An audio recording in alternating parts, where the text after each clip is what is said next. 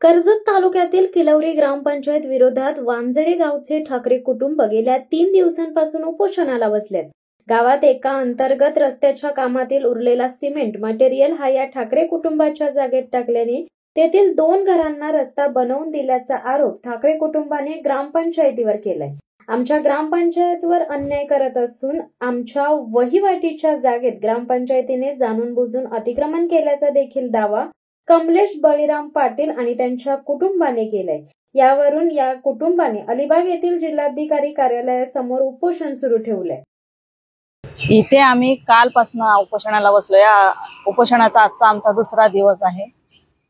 यापूर्वी अगोदर आम्ही वेळोवेळी भरपूर वेळा उपोषण केलं, पण आमच्या मागणीची काही पूर्तता झालेली नाहीये अजून. आणि जो काही दलित वस्तीचा जो रस्ता आमच्या जागेमध्ये टाकलेला आहे, खरेदी खत गावठाण जागेमध्ये, त्या रस्त्यावरनं ग्रामपंचायत ह्यांचा कुठल्याही प्रकारचा त्या रस्त्याशी संबंध नसताना, कुठलाही त्यांना अधिकार नसताना वेळोवेळी आम्हाला त्या रस्ते संदर्भात नोटीस काढून वेळोवेळी त्रास देत असतात. आणि त्यामुळेच तो रस्ता अनधिकृत असल्या कारणाने समोरचे शेजारी जीवे ठार मारण्याची धमकी त्या रस्त्यावरून आम्हाला देत असतात. आणि त्यामुळे आमच्यावर ही वेळ आलेली आहे आज उपोषणाला बसण्याची. तसेच वेळोवेळी उपोषण करून आम्ही जवळजवळ 2019-20 पासून जो काही आमचा वहिवाटीचा कब्जा केलेला होता, तेव्हापासून आजपर्यंत एवढे अधिकारी झाले, पण कोणत्याही ग्रामसेवकांनी तो आमचा वहिवाटीचा कब्जा नेलेला नाही किंवा कधी हात लावलेला नाही. फक्त वेळोवेळी नोटीस काढून त्रास द्यायचे. त्या नोटीसला आम्ही उत्तर दिले की ते शांत बसायचे.